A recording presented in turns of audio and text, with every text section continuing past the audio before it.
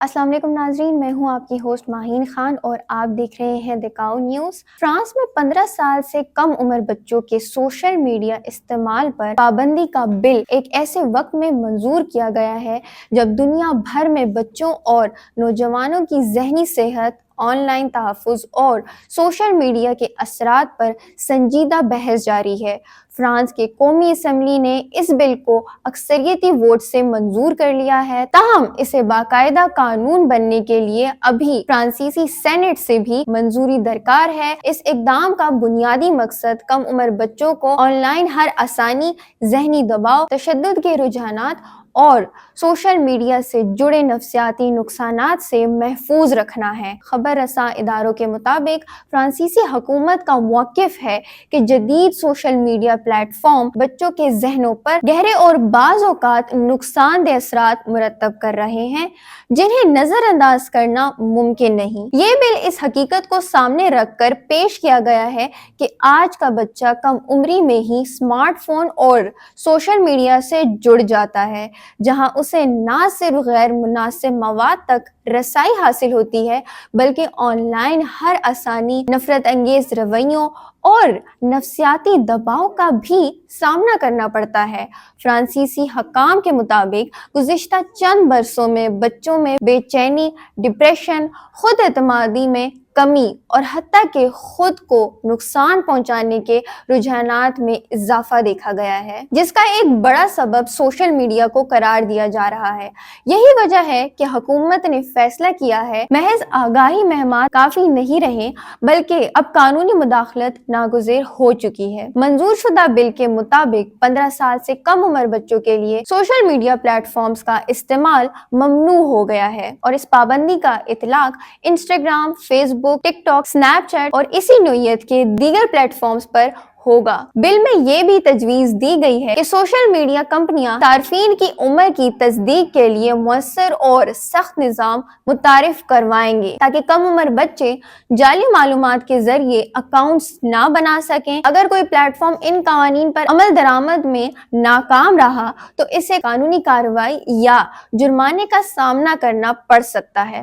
اسی بل میں تعلیمی اداروں کے حوالے سے بھی اہم شقیں شامل کی گئی ہے، جن کے تحت مڈل اسکولوں میں پہلے سے نافذ اسمارٹ فون پابندی کو ہائی اسکولوں تک بڑھانے کی تجویز دی گئی ہے۔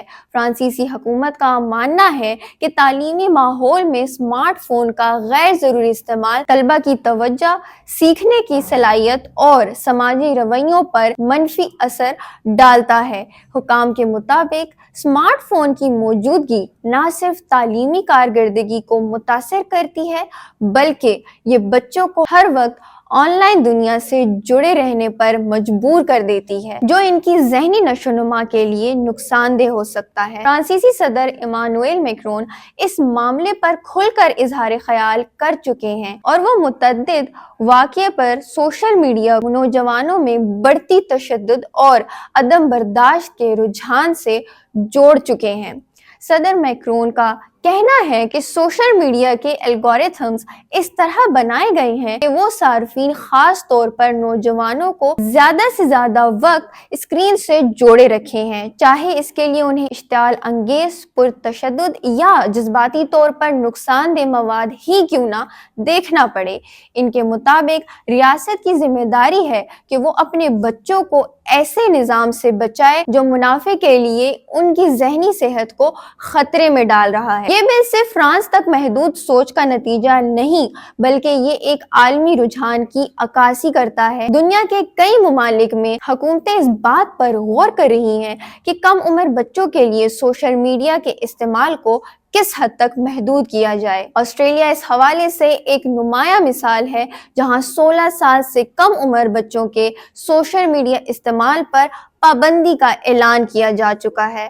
اس طرح یورپ کے دیگر ممالک جیسے کہ ڈنمارک اور برطانیہ میں بھی اس معاملے پر سنجیدہ مشاورت کی جا رہی ہے۔ ان تمام اقدامات کے پیچھے بنیادی سوچ یہی ہے کہ ڈیجیٹل دنیا میں بچوں کے حقوق اور تحفظ کو یقینی بنایا جا سکے۔ تاہم فرانس کے اس فیصلے پر مکمل اتفاق رائے موجود نہیں۔ جہاں ایک طرف ماہرین نفسیات، اساتذہ اور والدین کی ایک بڑی تعداد اس اقدام کو خوش آئند قرار دے رہی ہے، وہیں بعض حلقوں کی جانب سے تنقید بھی سامنے آئی ہے۔ ناقدین کا کہنا ہے کہ مکمل پابندی مسئلے کا سادہ حل ہے، جبکہ اصل ضرورت سوشل میڈیا کمپنیوں کو جواب دہ بنانے، الگورتھمز کو ریگولیٹ کرنے اور بچوں میں ڈیجیٹل شعور اجاگر کرنے کی ہے۔ ان کے مطابق اگر بچوں کو سوشل میڈیا سے مکمل طور پر دور کر دیا گیا تو وہ خفیہ طریقوں سے یا بغیر کسی رہنمائی کے آن لائن جانے پر مجبور ہو سکتے ہیں، جو مزید خطرناک ثابت ہو سکتا ہے۔ عمر کی تصدیق کے نظام پر بھی سوالات اٹھائے جا رہے ہیں، کیونکہ بہت سے ناقدین کا ماننا ہے کہ یہ نظام یا تو غیر مؤثر ثابت ہوگا یا پھر صارفین کی پرائیویسی کے لیے خطرہ بن سکتا ہے۔ ڈیٹا کے تحفظ اور ذاتی معلومات کے غلط استعمال کا خدشہ بھی اس بحث کا ایک اہم حصہ ہے۔ اس کے باوجود فرانسیسی حکومت کا موقف ہے کہ ان چیلنجز کے باوجود بچوں کے تحفظ کے لیے یہ قدم ضروری ہے اور وقت کے ساتھ ان مسائل کا حل نکالا جا سکتا ہے۔ قانونی اعتبار سے یہ بل ابھی اپنے آخری مرحلے میں نہیں پہنچا۔ قومی اسمبلی سے منظوری کے بعد اب اسے سینٹ میں پیش کیا جائے گا، جہاں اس پر مزید بحث اور ممکنہ ترامیم کی جا سکتی ہیں۔